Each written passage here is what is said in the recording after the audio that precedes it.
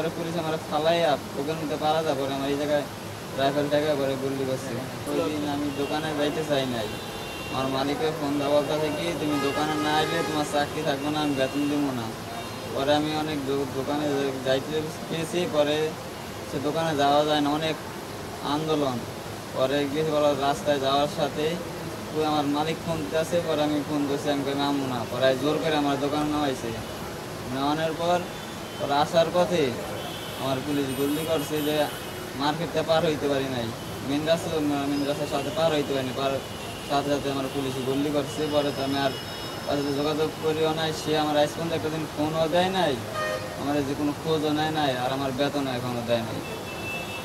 সে কেউ কেউ যদি জিজ্ঞাসা করতে যায় তাদের হুমকি দেয়, এক কিছু বলে। মার্কেট কেউ জিজ্ঞাসা করতে গেলে সে এক কিছু বলে, সে বলে কি টাকা পাইবো কিসের, অনেক নানান কথা বলে। কোথায় কাজ করতেন? উত্তরা রাজত্ব মাসের কমপ্লেক্সে 2য় তলায়। দোকানের নাম মিনময় শাড়িঘর। মালিক কে ছিল যে ফোন দিয়েছে আপনাকে যে আসতে বাধ্য করছে? আমি আসতে চাই না, সে আসতে বলছে। কি নাম তার? লিটন সাহা। কি বলছে? সে দোকানে আসতে হবে, আমি বলছি আমি দোকানে যাবো না। পরে সে জোর করে আমার দোকানে আসে, বেতন দিবে না, আমার চাকরি থাকবে না, সে অনেক কথাই বলছে। পরে আমি দোকানে গেছি, পরে যাওয়ার পথে আমার পুলিশে আন্দোলনে বইরা গেছি, পরে আমার পুলিশে গুলি করছে। গুলি করছে আনতে গেলে আন্দোলনে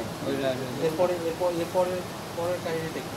পরে আমার উদ্ধার হলে না ওখান থেকে, পরে আমার বন্ধুরে গুলি করছে। পরে আমি ওরা আনতে যাওয়ার পথে পরে পুলিশ আমার গুলি করছে, পরে ওই সাথে সাথে মারা গেছে। পরে আমি অনেক কষ্ট কইরা অনেকক্ষণ রাস্তায় শুয়ে আছি, কেউ ছিল না, পুলিশ ভাবতে মইরা গেছি। পরে আমি অনেকক্ষণ পরে আমার আরেকটা লোক আইসা পরে আমার নিচে পরে কুয়েত মন্ত্রী হাসপাতালে ভর্তি করাইছিল, সেখানে রাখে না। তখন থেকে আবার ঢাকা মেডিকেল রিলিজ দিছে, ঢাকা মেডিকেলও রাখে না। এখান থেকে আবার পঙ্গুতে পাঠাইছে, পঙ্গু একদিন রাইখা আবার ঢাকা মেডিকেল পাঠাইছে, পরে ওইটা 19 দিন রাইখা আবার আবার এই যে বানি নিতে পাঠাইছে। এখন কি অবস্থা? কয়টা অপারেশন হয়েছে? 3টা হয়েছে, আরো 2টা হবে। কি অবস্থা পারিবারিক? কি অবস্থা পারিবারিক অনেক কিভাবে চলতেছে? অনেক কষ্ট চলতেছে। আগে আমরা 2টা ভাই কাজ করতাম, আমাদের ফ্যামিলি চলতো। আমরা 2 ভাই বসা, আমার জন্য যে আমার বড় ভাই বসা, মানে আমার বিশেষ আর কেউ থাকতে পারে না, আমার বড় ভাই থাকে আমার সাথে।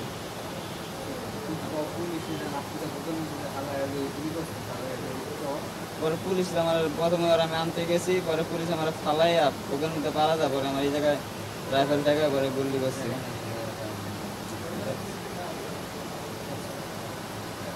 কি সমস্যা হচ্ছে আপনার শরীরে?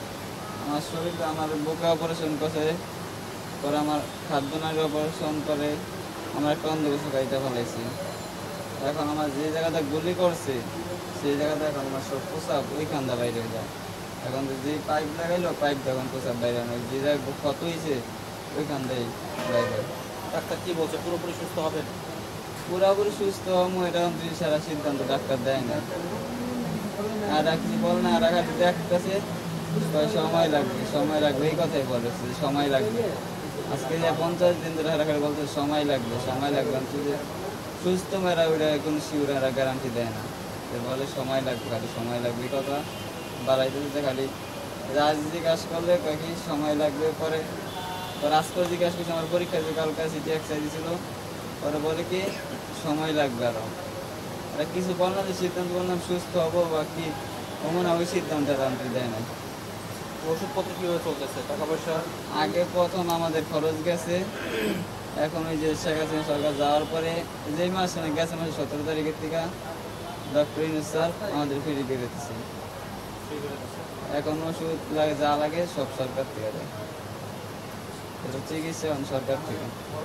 এই যে আপনার যে এরকম একটা দুর্ঘটনা ঘটলো, আপনি তো একেবারে পড়ে আছেন এখানে প্রায় 50 দিনের মতো। হ্যাঁ, এই যে একটা ঘটনা ঘটলো, আপনি বিচার দাবি করেন? হ্যাঁ বিচার তো ভাই দাবি করি। সরকার যদি বিচার করে তাহলে বিচারের দাবি তো আমরা অবশ্যই সবাই করবো, যে আমাদের নির্দোষে আমরা বিচার চাই করে, সে নির্দোষে আমাদের গুল্লি করছে, আমরা আন্দোলনে গেছে আমাদের গুল্লি করছে।